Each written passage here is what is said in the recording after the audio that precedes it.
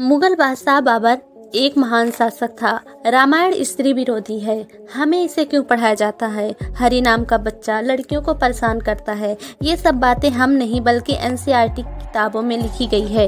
भारत में यूं तो शिक्षा का स्तर आज भी चिंताजनक है। स्वतंत्रता के बाद अंग्रेज चाटुकार इतिहासकारों ने ऐसी शिक्षा पद्धति बनाई कि उसका असर आज भी देखा जा सकता है। लेकिन ये सब प्राइवेटों को किताबों में नहीं बल्कि एनसीईआरटी की किताबों में भी है। वे कक्षा पहली के बच्चों को किताबों में न सिर्फ हिंदुओं की आस्था का मजाक उड़ाया जा रहा है बल्कि उन्हें ऐसी भाषा में कविता पढ़ाई जा रही है जिससे पढ़ने में शर्म भी आ जाए। नमस्कार दोस्तों, मैं हूँ श्रेयांशी सिंघानिया। सोशल मीडिया पर क्यों ट्रेंड हो रहा है सेव एनसीईआरटी। सोशल मीडिया पर एनसीईआरटी की किताब रिमझिम भाग 1 की कविता ट्रेंड में चल रही है। कक्षा 1 बच्चों के लिए लिखी गई कविता का शीर्षक ही आम की टोकरी। कविता में 6 साल की बच्ची को छोकरी कहकर संबोधित किया गया है।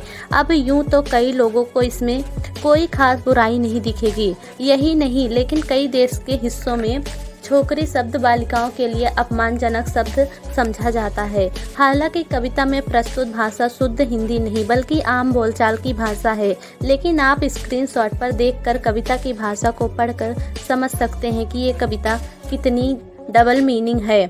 इसलिए क्योंकि ये जरूरी है इसे पाठ्यक्रम से हटाया जाए। बता दें कि कक्षा 1 की पाठ्यक्रम में इसे 2006 से लगातार पढ़ाया जा रहा है। इस कविता को लेकर सबसे पहले छत्तीसगढ़ के आईपीएस अफसर ने ट्वीट पर आपत्ति जताई थी। इसके बाद कई यूजर्स ने भी इस कविता के खिलाफ एनसीईआरटी को और एचआरटी मंत्रालय को टैग करने लगे हैं। आईएएस अवनी शरण ने फिर ट्वीट पर लिखा है कि ये किस सड़क छाप कवि की रचना है, कृपया इस पाठ को पाठ्य पुस्तक से बाहर करें। ट्विटर यूजर अभिनव प्रकाश ने इस कविता पर सरकार को लानत भी दी है। उन्होंने कहा है कि 7 सालों के बावजूद एनसीईआरटी की किताब से एक सिंगल लाइन भी नहीं हटी, शर्म आनी चाहिए। अनुराधा शर्मा ने लिखा है कि एनसीईआरटी को शर्म करो और यह केवल एक उदाहरण है। अगर मेरा बेटा यही पढ़ता है तो वह दूसरी लड़कियों से भी इसी भाषा में बात करेगा। हिंदी एक खूबसूरत भाषा है, इतनी अश्लीलता क्यों? लेकिन ये सिर्फ एक मामला नहीं था। लोगों ने कई किताबों के तस्वीर को सोशल मीडिया पर साझा किया है जिसमें हिंदू मान्यताओं से भी खिलवाड़ किया गया है। एनसीईआरटी की कई किताबों में औरंगजेब की तारीफ तो आम बात है, लेकिन रामायण की भी मजाक उड़ाया है। एक ट्विटर यूजर ने पुस्तक की तस्वीर शेयर की है जिसमें तुलसीदास नामक पाठ में रामायण स्त्री विरोधी और जाने क्या क्या लिखा गया है।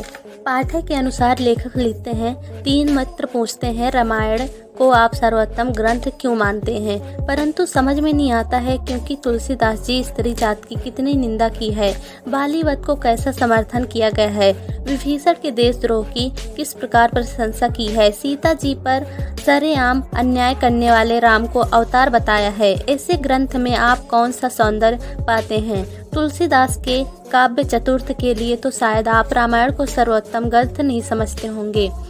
ऐसा ही है तो ऐसा मानना पड़ेगा कि आपको शिष्टा का कोई अधिकार नहीं है। लेकिन ये मामला सिर्फ यहीं तक खत्म नहीं होता। एक यूजर ने पुस्तक में दलचल पाठ के बारे में भी बताया है जिसमें विष्णु भगवान के प्रचलित नाम हरि के नाम का एक ऐसे बच्चे की कहानी कही गई है जो लड़कियों को चिढ़ाता है, लड़कियों को छेड़ता है और उन्हें चिढ़ाता है तथा घोष जमाने की कोशिश करता है और आखिर में केकड़ा उसे काटकर सबक सिखाता है। अगर इस कहानी की वास्तविकता को दिखाया जाए तो कहानी के मूल स्वरूप में लड़के का नाम हरि नहीं बल्कि हेनरी था। ब्रिटेन के एनर वेल्डन के 1946 के प्रकाशित कहानियों के लोक के संग्रह चिमनी कॉर्नर स्टोरी के लिया गया है। इस कहानी में पात्रक का मूल नाम हेनरी है। हरि नाम ऐसी छोटे से बदलाव के कारण बच्चों के मानसिकता पर क्या असर पड़ेगा ये तो आप जानते ही हैं।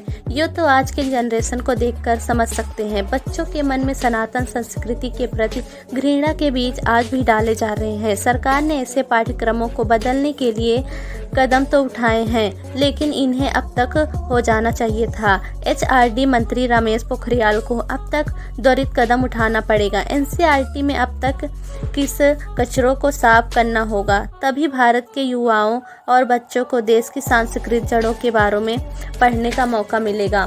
पढ़ाई का इस तरह से राजनीतिकरण कर वर्तमान की भविष्य की पीढ़ियों को अपनी ही विरासत से इस तरह उनके पतन का कारण बनता जा रहा है। भारत की शिक्षा का भारतीयकरण किया जाना आवश्यक है।